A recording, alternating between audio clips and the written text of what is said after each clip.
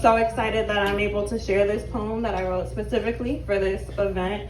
I visited Haiti back in 2018, and everyone there was so surprised that I loved it there. I feel like you're able to be more connected to the land, your spirit, and I'm just so proud to be Haitian. So this poem is definitely derived from my pride to be Haitian.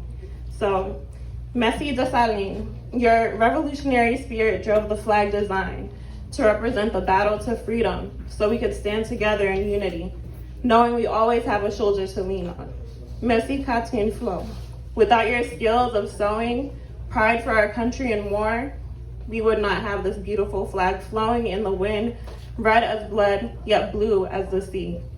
From 1803, our flag has seen much change, but throughout the years of this wide range, we can all say that the blood that flows through our veins, although the ancestral history is full of pain,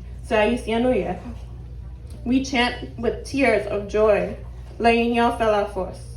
We pray to the Lord up above.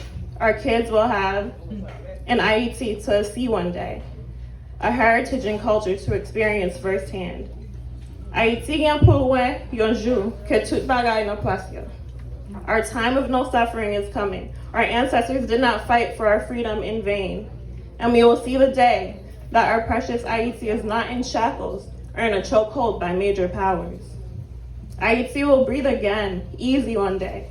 And we will no longer bleed red or feel blue. Our flag will show our history and not our present. We will flow easily with the wind, yet be grounded and at peace. We have ricocheted into the diaspora, but we will be able to see our homeland thrive and be golden again. Mesi Ayiti.